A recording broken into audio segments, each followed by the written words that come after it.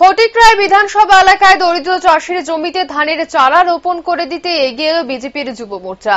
আর্থিক অনটনের কারণে নিজের ধানি জমিতে ধানের চারা রোপণ করতে পারছিলেন না ফটিকরায় বিধানসভা এলাকার বিলাসপুর ২ নম্বর ওয়ার্ডের দুই কৃষক দিলীপ শীল এবং সুব্রত দেব। বিষয়টি জানতে পারেন এলাকার শাসক দলের যুব সংগঠনের নেতাকর্মী সহ এলাকার বিধায়ক সুধাংশু দাস। তারা উদ্যোগ নেয় অসহায় কৃষকদের জমিতে ধানের চারা রোপণ করবার। সোমবার এলাকার কর্মব্যস্ত বিধায়ক সুধাংশু দাসের উদ্যোগে এলাকার যুব মোর্চার সদস্যরা মাঠে নেমে দুই চাষির দুকানি জমিতে রোপণ করে দিলেন ধানের চারা। এদিন যুবক কর্মীদের সাথে ধান রোপণে অংশ নিয়ে শুরু থেকে শেষ পর্যন্ত ধানের চারা রোপণ করলেন বিধায়ক নিজেও। জনতা যুব মোর্চা বিলাসপুরের যে আমাদের যুব মোর্চার কমিটি আছে, সেই যুব মোর্চার কমিটিদের উদ্যোগে বিলাসপুর গ্রাম পঞ্চায়েতের ২ নং ওয়ার্ডের আমাদের একজন কার্যকর্তা আছেন দিলীপ শীল। উনি খুব গরিব মানুষ, ওনার সেরকম সহায় নেই যে উনি শ্রমিক লাগিয়ে ওনার ধান রোপণ করবেন। কিছুদিন আগে উনি যথেষ্ট সমস্যায় ছিলেন। এর পাশাপাশি আরেকজন এখানে আমাদের স্থানীয় কর্মী আছেন সুব্রত দেব।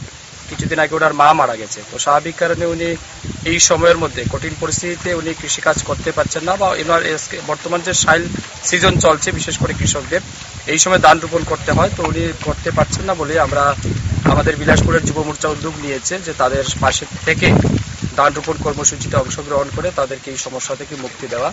এই লক্ষ্যমাত্রা নিয়েই আমরা যুব মোর্চা আজকে আমাদের বিলাসপুর গ্রাম পঞ্চায়েতের ফটিকরায় বিধানসভার অন্তর্গত এটা ২ নং ওয়ার্ডে আমরা ধান রোপণ কর্মসূচিতে অংশগ্রহণ করেছি। প্রায় ১০০রও বেশি যুবক আপনি দেখতে পাচ্ছেন আমাদের সাথে অংশগ্রহণ করেছে এবং যথেষ্ট উৎসাহ নিয়ে সবাই এই ধান রোপণ কর্মসূচিতে অংশগ্রহণ করেছেন এবং প্রায় আমরা ২ থেকে আড়াই কানি জমি এই কৃষকের আমরা ধান রোপণ করে দেব। এবং এটা শুধুমাত্র যে আজকেই আমরা করছি এমন না, ভারতীয় জনতা পার্টি এর আগে থেকেও এমন কর্মসূচি আমরা প্রতিনিয়ত করে আসি।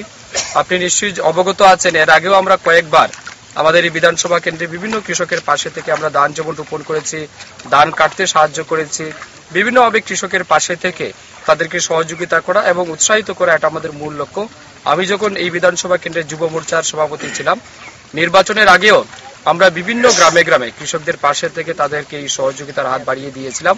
আজকেও আমাদের সেই কর্মসূচি জারি রয়েছে এবং আজকেও আমরা সেই কর্মসূচিতে প্রতিদিন অংশগ্রহণ করছি।